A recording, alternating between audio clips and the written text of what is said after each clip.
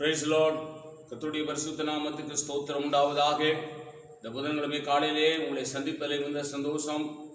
இந்த நாளுடைய ஆசீர்வாதத்துக்காக ஒரு வேத பகுதி தியானிப்போம். அது மத்தேயு 28:7. சீக்கிரமாய் போய் அவர் மரித்தெழுந்து எழுந்தார் என்று அவருடைய சீசனுக்கு சொல்லுங்கள்.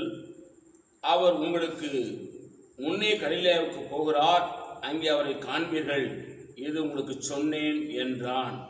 கவனிங்க, மகதனா மரியாளும் மற்ற மரியாளும் கல்லறையில் தேடிக்கொண்டிருந்த பொழுது ஒரு தூதன் தோன்றி அங்க சொல்கிறான், அவர் இங்கே இல்லை, அவர் சொன்னபடியே உயிர்த்தெழுந்தார், சீக்கிரமாய் போய் அவருடைய சீசர்களுக்கு சொல்லுங்கள், அவர் கலிலேயாவுக்கு போய் கொண்டிருக்கிறார் என்று சொல்லுங்கள் என்று சொல்லி சீசர்களுக்கு அறிவிக்க சொல்லி அங்கே தூதன் சொல்கிறான்.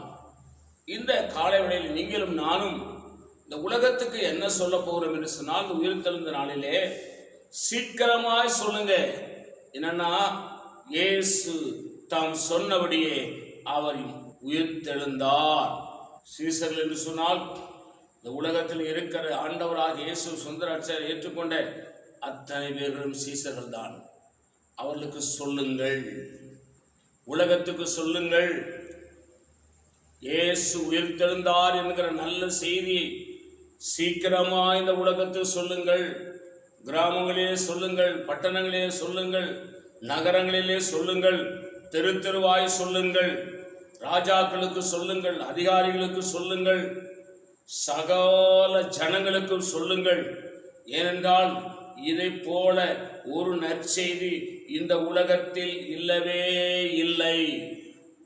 ஆகவே சீக்கிரமாய் அறிவியுங்கள், இயேசு சீக்கிரம் வரப்போகிறார்.